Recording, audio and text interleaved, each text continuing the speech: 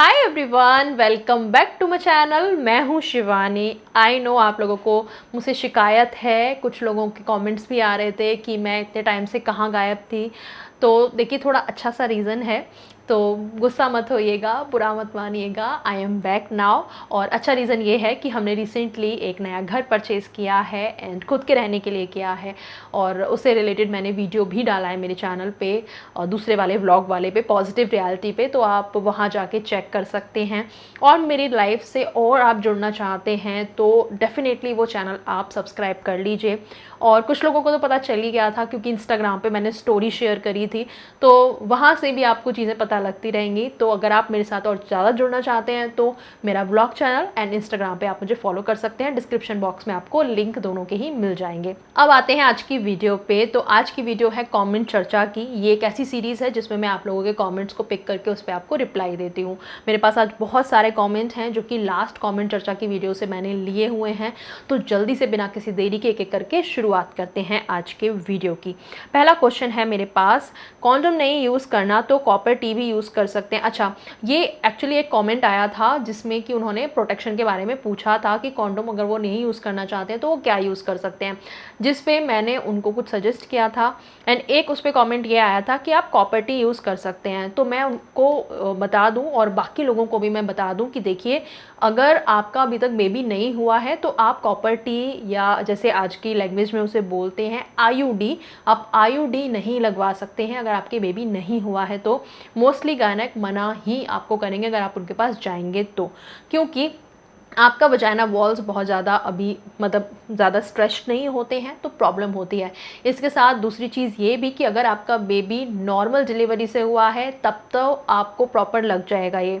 अगर आपका baby normal delivery से नहीं है, अगर आपने सी सेक्शन कराया है तो भी थोड़ा प्रॉब्लम होता है। जैसे कि मेरे केस में भी था, एक ये क्वेश्चन भी था कि मैम आपने आईयूडी लगवाया था, आपका एक्सपीरियंस क्या है एंड क्या ऑल। तो ऑलमोस्ट 4 ईयर होने वाले हैं मुझे, तो बहुत ही मतलब मैं कंफर्टेबल फ़ील करती हूँ उसके साथ। मुझे ऐसा कुछ इशू नहीं है, कुछ मुझे फ़ील भी नहीं होता है। तो मेरे साथ भी यही केस था कि मेरा सी सेक्शन हुआ था, तो ऐसे में गायनेक जो है वो एक मेडिसिन देते हैं, एक दवाई जिसको आपको वजाइना में इंसर्ट करना होता है। मतलब जिस दिन प्रोसीजर था उसके एक रात पहले उन्होंने कहा था मुझे इंसर्ट करने के लिए, और दूसरा मेडिसिन उन्होंने कहा था प्रोसीजर में जाने से, मतलब उनके पास में जाऊँ डॉक्टर से, उससे जस्ट पहले रखने के लिए। उससे क्या है, वजाइना वॉल थोड़े से लूज़ हो जाएंगे और उससे उनको ज़्यादा प्रॉब्लम नहीं होगी, मुझे ज़्यादा दर्द वगैरह कुछ फील नहीं होगा और इजीली इंसर्ट हो जाएगा जैसा हुआ भी।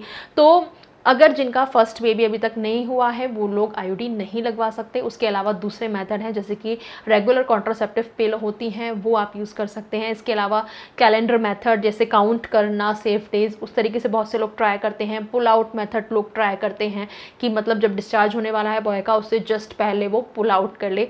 इन सब चीज़ों के ऊपर मेरी मतलब डिटेल में वीडियो आपको मिल जाएंगी मेरे चैनल पे। मैं उन सारी वीडियोज़ का लिंक भी आपको डिस्क्रिप्शन बॉक्स में दे दूँगी, आप चेक कर सकते हैं वहाँ से कि पुल आउट मेथड कैसे यूज़ करना है, कितना सेफ़ है, रेगुलर कॉन्ट्रासेप्टिव पिल कैसे वर्क करती हैं, उसके ऊपर भी मेरी वीडियो है। इसके अलावा जो तीसरा मेथड मैंने बताया कि आप काउंट कर सकते हैं सेफ डेज, वो कितना वर्क करता है, उन सब वीडियोज़ को आप देख लेना। नेक्स्ट कॉमेंट पे आते हैं, क्या मैस्टरबेशन से बाल सफ़ेद होते हैं? जी नहीं, मैस्टरबेशन का बाल सफ़ेद होने से या बाल झड़ने से कोई लिंक नहीं है। नेक्स्ट क्वेश्चन है, एसेक्सुअल कैसे होते हैं, क्या होते हैं, एक्सप्लेन करिए प्लीज़। एसेक्सुअल वो लोग हैं जो मतलब किसी भी जेंडर के तरफ अट्रैक्शन नहीं फील करते हैं, उनके अंदर सेक्सुअल अट्रैक्शन नहीं फील होता है, उनको एसेक्सुअल कहा जाता है। नेक्स्ट कमेंट है, क्या मैस्टरबेशन करने से एचआईवी जैसी डिसीज़ हो सकती हैं? इट्स फनी बट रिप्लाई ज़रूर देना मैम, इसका कोई पॉसिबिलिटी है क्या? नहीं, इसका कोई पॉसिबिलिटी नहीं है। मैस्टरबेशन से कैसे होगा? एचआईवी जो है वो ट्रांसफ़र होता है, जैसे कि कोरोना के टाइम पे होता था ना कि कोविड मतलब ट्रांसफ़र हो गया एक इंसान से दूसरे इंसान पे। ऐसा नहीं है कि आपको बैठे बैठे आपके अंदर वो खुद से ही हो रहा है, नहीं, वो ट्रांसफ़र होता है। तो जब आप किसी ऐसे इंसान के साथ सेक्सुअल इन्वॉल्वमेंट रखते हैं अपना, जिसको पहले से एचआईवी है, तो वो आपको ट्रांसफ़र कर सकता है। दूसरा ये है कि अगर किसी एचआईवी वाले बंदे के ब्लड के कांटेक्ट में आपका अगर ब्लड आता है तो उससे भी ट्रांसफ़र हो सकता है। नेक्स्ट कमेंट पे आते हैं, मैम मेरी वाइफ भी जाती है अपने बॉयफ्रेंड के पास बट वो मुझसे बता के जाती है, व्हाट एम आई डू? अगर आप इसमें ओके हो तो आप ओके हो, और अगर आपको प्रॉब्लम है तो आपको अपनी वाइफ से बात करनी चाहिए। मतलब वो बता के जा रही है इसका मतलब ये नहीं कि वो सही हो गई, वो आप मतलब आप उसमें राज़ी हो नहीं हो, आप लोग आपस में बात करो। और अगर आपको प्रॉब्लम है तो आप अपनी प्रॉब्लम उसको बताओ, रेज़ करो, दैट्स नॉट ओके। और अगर वो फिर भी नहीं मानती है तो फिर आप देखो कि आपको अपनी लाइफ मतलब इसी तरीके से कंटिन्यू करनी है या क्या करना है। मतलब अब मैं ज़्यादा खुल के तो नहीं बोल सकती, क्योंकि एक वीडियो में मैंने बोला था कि ऐसे रिश्ते से अच्छा है कि आप डिवोर्स ले लो, तो बहुत सारे ऐसे फिर लोगों ने बोला था कि आप घर तोड़ रही हैं, आप ऐसी सलाह नहीं दीजिए, रिश्ते को ठीक करने के बारे में बोलिए। तो देखिए, रिश्ता एक हद तक ही एक इंसान अपनी एक तरफ से ट्राई कर सकता है ठीक करने का। जब तक कि दो लोग ना चाहें कोई रिश्ता ठीक नहीं हो सकता। तो आप एक हद तक ही ट्राई कर सकते हो, आप बात करने का सोच सकते हो, आप काउंसलिंग ले सकते हो।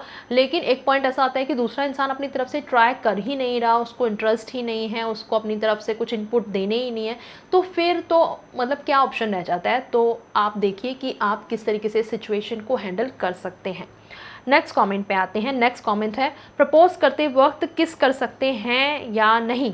देखिए, ये डिपेंड करेगा कि उस समय क्या सिचुएशन है, क्या माहौल है। अगर वो आपके अंदर से आ रहा है, दूसरा आपका पार्टनर भी इंटरेस्टेड लग रहा है, तो आप कर सकते हैं। अगर आपका पार्टनर किसी भी पॉइंट पे थोड़ा आपको रोकने की कोशिश करे, मना करे, तो आप रुक जाइए। सो इट डिपेंड्स अपॉन कि आप दोनों के बीच में उस समय क्या मोमेंट क्रिएट हो रहा है।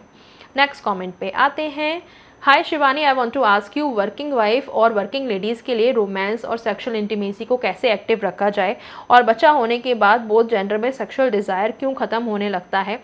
इसमें मैंने वीडियो बनाया हुआ है आई थिंक कि बेबी होने के बाद अपना सेक्सुअल लाइफ को कैसे मेंटेन करें। आप वो वीडियो देखिएगा, यहाँ पे मैं आई बटन पे उसका लिंक दे दूँगी, और डेफिनेटली आपकी हेल्प करेगा ये वीडियो। और ज़्यादातर मैं यही बोलना चाहूँगी कि आपस में कम्युनिकेशन नहीं हो पाता है, थोड़ा सा चिड़चिड़ापन आ जाता है, लाइफ बहुत ज़्यादा चेंज हो जाती है, और धीरे धीरे ही करके चीज़ें होंगी। एक साथ ऐसा नहीं है कि सब कुछ ठीक हो जाता है, धीरे धीरे करके आप थोड़ा पेशेंस बनाए रखिए, एक दूसरे को प्यार जताते रहिए, एक दूसरे से बात करते रहिए, और इसी तरीके से आगे काम चलेगा। बाकी मेरी वीडियो देख लीजिएगा आप।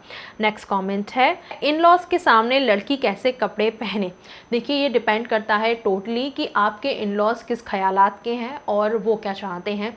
इट्स बेटर कि थोड़ा सा आप अपने हस्बैंड से इस बारे में डिस्कस कीजिए, और मैं तो बोलूँगी हस्बैंड से नहीं बल्कि अपनी सासू माँ से डिस्कस कर लो, क्योंकि मेरे साथ ये हो चुका है। मेरे हस्बैंड ने मतलब शादी का 1 वीक ही हुआ था, उसमें हस्बैंड मुझे कहीं ले जा रहे थे और उन्होंने मुझे कहा कि आप 1 पीस पहन लो, और मैंने वो पहन लिया। एंड उस समय पे उनकी दादी आई हुई थी, हस्बैंड की दादी भी, and he was so chill about it कि कोई नहीं, हमारे घर में सब चलता है।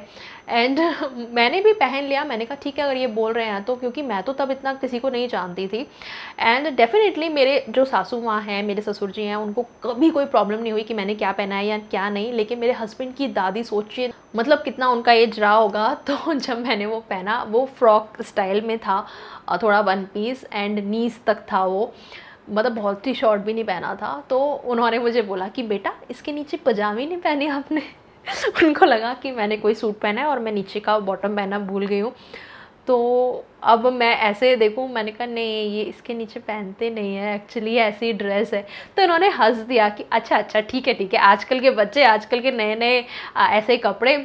लेकिन मुझे बाद में पता चला कि इस बारे में मतलब चर्चा हुई थी फिर, एंड मैंने हस्बैंड से ऐसे बोला कि आपने मुझे बताया क्यों नहीं, आपने कहा था मुझे पहनने के लिए। मेरे जो इन लॉज थे वो बहुत ही अंडरस्टैंडिंग थे, उन्होंने उल्टा उनको ही, दादी को समझाया। लेकिन मुझे बहुत बुरा फील हुआ कि मतलब मेरी वजह से ऐसा हुआ, ये सारी चर्चा हुई। तो आप अपनी सासू माँ से डिस्कस कीजिएगा कि वो आपको किन कपड़ों में देखने में कंफर्टेबल हैं। जैसे कि मेरी सासू माँ मुझे सूट साड़ी में देखने में बिल्कुल भी कंफर्टेबल नहीं फील करती थी। उनको ये था कि जो उनके ख़ानदान के मतलब और बहुएं हैं वो स्टाइलिश मॉडर्न ड्रेसेस पहनती हैं, गाउन्स वगैरह पहनते हैं, तो वो चाहती थी कि मैं भी पहनूं। कई ओकेजन पे उन्होंने मुझे बोला है कि नहीं ये सूट मत पहनो, ये पहनो। तो वो मुझसे कहीं ज़्यादा मॉडर्न थी। मैं जहाँ पे कहती थी कि नहीं फैमिली गैदरिंग में जा रहे हैं तो मैं सूट पहन लेती हूँ, वो अच्छा लगेगा। और एक बार मुझे याद है उन्होंने मुझे डांट के कहा कि नहीं ये नहीं, ये मत पहनो, मतलब सबकी बहुएं इतना अच्छा स्टाइलिश तैयार होके आएंगी और तुम ऐसे जाओगी। तो उन्होंने मुझे चेंज करा के गाउन पहनवाया था।